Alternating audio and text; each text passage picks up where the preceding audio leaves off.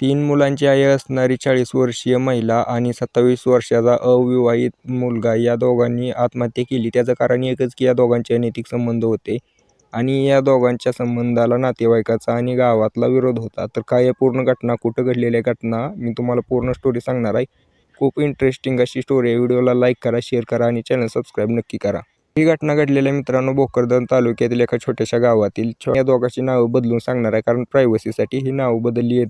या मुलाचं आपण नाव ठेवू रमेश. तर हा रमेश जो होता तो एक साधारणतः कुटुंबातून होता. एक मध्यमवर्गीय कुटुंब, 5 एकर शेती, 4-5 गायी घरी, साधारण 3 पत्र्याच्या खोल्या होत्या, एक स्वयंपाकघर, असं मिळून त्यांचं एक चांगलं कुटुंब होतं. आई वडील होते त्याच्या घरी. कष्टाळू मुलगा होता, कष्ट करायचा आणि घरी येऊन निवांत खाऊन झोपायचा. तसं काही वाईट व्यसन वगैरे नव्हतं त्याला. पण हळूहळू जसं वय जाईल तसं त्याचं लग्नाचं ज्यावेळेस वय झालं त्याच्या घरच्यांनी त्याच्यासाठी मुलगी बघायला चालू केली. पण ते काही भेटतच नव्हतं कारण तुम्हाला माहिती आहे एकतर शेतकऱ्याच्या पोरांना मुली भेटत नाहीत आणि जसं जसं वय पुढे जाईल तसं तर भेटणं अशक्यच आहे.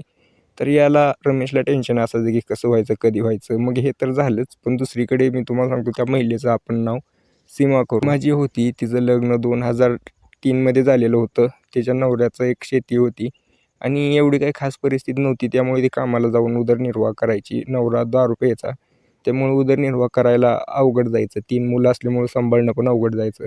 तर कष्ट करून 3 मुलांना वाढवलं. एक मुलगी होती, तिचं लग्न झालेलं, 2 मुलं शाळेत शिकत होती. हा रमेश पण घरची कामं बघून रानात कामाला जायचा. असंच दोघं एक दिवशी त्यांच्या गावातील एका शेठ लोकांच्या घरी कामाला गेलेले होते, रानात कामाला गेलेले होते.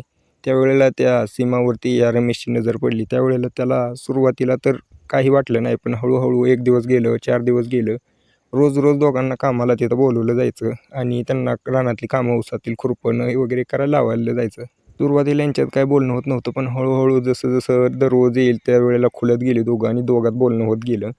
ही ह्याच्या घरची परिस्थिती सांगायची, त्याच्या घरची परिस्थिती सांगायची. दोघांनाही एक मानसिक सपोर्ट पाहिजे होता. दोघांना मानसिक सपोर्ट पाहिजे असल्यामुळं दोघांचं हळूहळू जुळत गेल्यानंतर जे नको घडायला होतं तेच घडलं. एके दिवशी त्या शेठच्याच रानात ऊसामध्ये दोघांनी शरीर संबंध बनवले.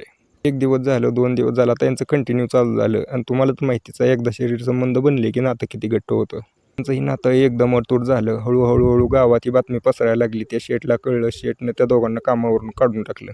गावात जशी बातमी पसरली तसं त्या सीमाच्या घरच्या नवऱ्याला कळलं. त्यावेळेला त्यानंही सगळ्या नातेवाईकांना बोलवलं. ही अशी घटना आहे अशी सांगितलं. त्या रमेशला सुरुवातीला चोप दिला सगळ्या नातेवाईकांनी मिळून, पण ही काय ऐकण्यातली लोकं नव्हती. या दोघांनी पुन्हा अजून तेच कांड चालू केलं. सगळ्या नातेवाईकांनी, गावातल्या लोकांनी यांना बहिष्कृत केलं. यांच्याशी बोलणं नाही, यांच्याशी काही संबंध ठेवला नाही. आता जी सीमा होती तिनं तर कंट्रोल सोडून दिला. तिनं पूर्ण तिच्या 2 पोरांना सोडून, तिच्या नवऱ्याला सोडून हा जो रमेश होता त्याच्या घरी येऊन राहणं चालू केलं. पण त्या रमेशच्या घरच्यांनी त्यांना हाकलून दिलं. कारण कसं आहे, हा तरी एक अविवाहित होता, 27 वर्षाचा होता. ह्याचं भविष्यात होईल किंवा नाही होईल त्याचं काय नाही, पण त्यांचं असं म्हणणं होतं की तो या 40 वर्षाच्या 3 मुलाच्या आईसोबत कसं राहू शकतो, हे चुकीचं आहे. असं म्हटल्यानंतर त्यातून घरनं पण हाकलून देण्यात आलं त्यांना. आता हे दोघं पूर्णपणे कंटाळून गेलेली होती. एकतर डोक्याला ताण आणि वरून हे असं गाववाल्यांचं, नातेवाईकांचं ऐकून बोलणं, वाईट बोलणं, कुणी म्हणणं काय करताय, हे काय चालू आहे, असलं बोलणं ऐकून दोघांनी ठरवलं की आता बस, आता काही आपण सहन करायचं नाही. एकतर आपण जगायचं, नसेल तर आत्महत्या करून आपलं जीवन संपवून टाकायचं. मागचा पुढचा काही विचार करायचा नाही. तरी पण दोघांनी सेकंड चान्स घ्यायचा बघितला. गावात एक रूम भाड्याने घेतली, तिथं राहायला लागले. पण जो तो येईल तो त्यांना नावं ठेवायचा, काही बोलायचा.